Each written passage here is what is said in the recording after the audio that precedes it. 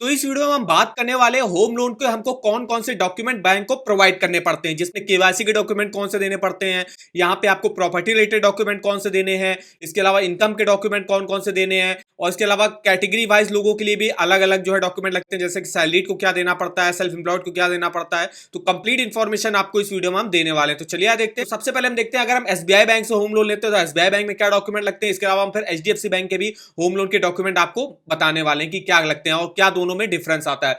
तो यहां पे जैसे एसबीआई में अगर आप होम लोन लेते हो तो सबसे पहले तो आपको जो, अगर आप सैलरीड इंडिविजुअल हो तो एम्प्लॉयर आइडेंटिटी कार्ड आपको देना पड़ता है। लोन का एप्लीकेशन फॉर्म फिलअप करके 3 पासपोर्ट साइज फोटो के साथ आपको बैंक को देना पड़ता है। उसके साथ आपको एक आईडी प्रूफ देना पड़ता है और एक एड्रेस प्रूफ। आईडी प्रूफ में आप PAN card, passport, driving licence, voter ID card दे सकते हो। एड्रेस प्रूफ में आपको telephone bill, electricity bill, water bill, या आप जो है passport, driving licence, Aadhaar card वगैरह दे सकते हो। अब हम बात करें property related document. Property related document आपके अलग अलग होंगे। जिस टाइप की आप प्रॉपर्टी परचेज कर रहे हो या आप आपकी एग्जिस्टिंग प्रॉपर्टी है उसमें कंस्ट्रक्शन, रिपेयर, रेनोवेशन के लोन ले रहे हो, कोई फ्लैट परचेज करो, तो सारे डॉक्यूमेंट थोड़े से अलग होंगे। जैसे कि अगर आप कंस्ट्रक्शन करा रहे हो तो परमिशन फॉर कंस्ट्रक्शन लगेगा। अगर आपको जो है कोई प्लॉट वगैरह अलॉट हुआ है डायरेक्ट अलॉटमेंट के थ्रू किसी भी प्राइवेट डेवलपर द्वारा या हाउसिंग बोर्ड द्वारा, तो आपको अलॉटमेंट लेटर हो गया या स्टैम्प एग्रीमेंट फॉर सेल हो गया, या बैंक को देना पड़ता है। इसके अलावा ऑक्यूपेंसी सर्टिफिकेट आपको देना पड़ता है। इसके अलावा आप अपनी एग्जिस्टिंग अगर कोई प्रॉपर्टी है तो उसका maintenance bill, electricity bill, property tax receipt आपको देना पड़ता है।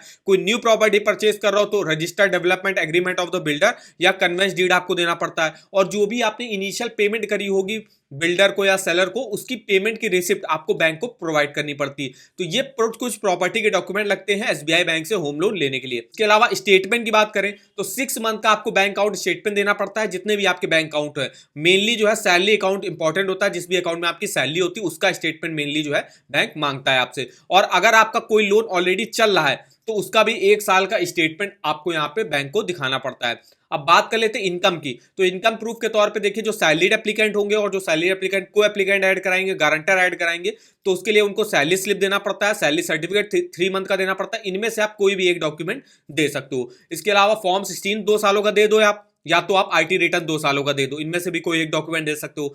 नॉन सैलरीड एप्लीकेंट, को एप्लीकेंट और गारंटर की बात करें तो बिजनेस एड्रेस प्रूफ उनको देना पड़ता है। वो जो भी बिजनेस करते हैं, कोई शॉप वगैरह चलाते हैं तो उसका एड्रेस प्रूफ। आईटी रिटर्न जो है उनको 3 सालों का देना पड़ता है।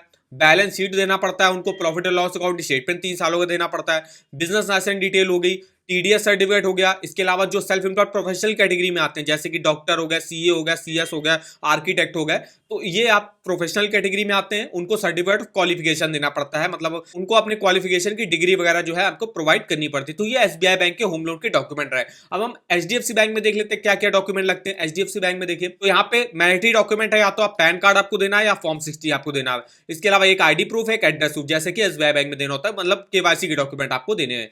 इनकम प्रूफ की बात करें तो देखिए यहाँ पे भी देखिए सेम इनकम प्रूफ के डॉक्यूमेंट लगते हैं। सैलरी के लिए 3 मंथ का सैलरी स्लिप या सैलरी सर्टिफिकेट दे सकते हो। 6 मंथ का बैंक अकाउंट स्टेटमेंट, जिस भी अकाउंट में आपकी सैलरी आती होगी। इसके अलावा फॉर्म 16 और आरटी रिटर्न। वहीं self employed professional, non professional की बात करें तो उनको आरटीआर 2 सालों का देना पड़ता है। 2 सालों का balance sheet, profit and loss account statement देना पड़ता है। और 12 मंथ का आपको करंट अकाउंट स्टेटमेंट और सेविंग अकाउंट स्टेटमेंट जो है बैंक को प्रोवाइड करना, जो भी सेल्फ एम्प्लॉयड होंगे और सेल्फ एम्प्लॉयड नॉन प्रोफेशनल होंगे। अब यहाँ पे हम देखने वाले हैं प्रॉपर्टी रिलेटेड डॉक्यूमेंट। अब यहाँ पे भी देखिए अलग अलग डॉक्यूमेंट आपको बताए गए, जैसे कि कोई भी न्यू प्रॉपर्टी अगर आप परचेज कर रहे हो, या आपको अलॉटमेंट के थ्रू मिला है, या आप किसी अदर इंडिविजुअल से परचेज कर रहे हो, तो यहाँ पे कॉपी ऑफ अलॉटमेंट लेटर या बायर एग्रीमेंट आपको देना पड़ेगा। इसके अलावा जो इनिशियल आपने पेमेंट करी होगी डेवलपर को, वो देनी पड़ेगी।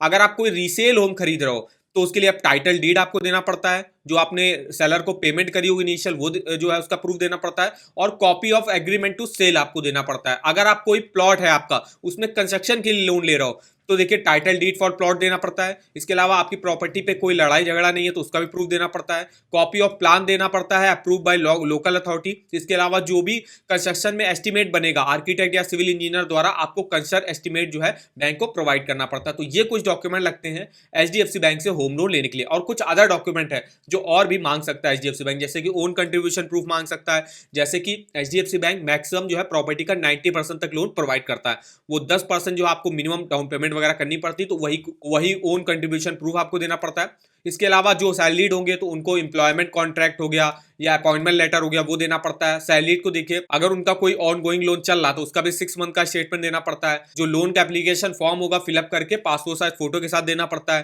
प्रोसेसिंग फीस होगी वो चेक के थ्रू आपको देनी पड़ेगी एचडीएफसी बैंक के नाम पे। अब यहाँ पे कुछ other document self employed professional और नॉन प्रोफेशनल के, तो उनको बिजनेस प्रोफाइल देना पड़ता है, लेटेस्ट फॉर्म 26 एएस देना पड़ता है। अगर कोई कंपनी वगैरह चलाते हैं आपको जो है बैंक को बताना पड़ता है डायरेक्टर और शेयर होल्डर की लिस्ट। इसके अलावा यहाँ पे अगर आप कोई पार्टनरशिप फर्म चलाते हो तो पार्टनरशिप डीड आपको बैंक को प्रोवाइड करनी पड़ती है। तो ये देखिए कुछ डॉक्यूमेंट लगते हैं एचडीएफसी बैंक से होम लोन लेके। तो दोनों ही बैंकों में आप होम लोन के डॉक्यूमेंट चेकआउट कर सकते हो क्या क्या लगते हैं।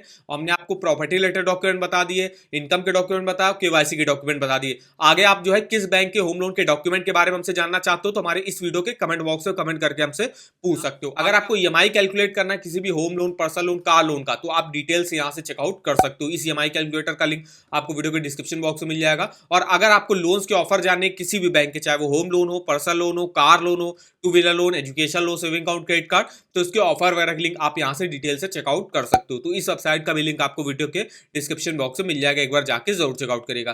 तो आई होप वीडियो हमारा आपको इन्फॉर्मेटिव लगा होगा। वीडियो को एक लाइक कर दीजिएगा, चैनल पर ना हो तो चैनल को सब्सक्राइब कर दीजिएगा। और हमें आप कमेंट करके बता सकते हो कि आगे आप किस बैंक के होम लोन के बारे में हमसे इंफॉर्मेशन लेना चाहते हो। तो आज के इस वीडियो में बस इतना ही, तो मिलते हैं नेक्स्ट वीडियो में, तब तक के लिए धन्यवाद।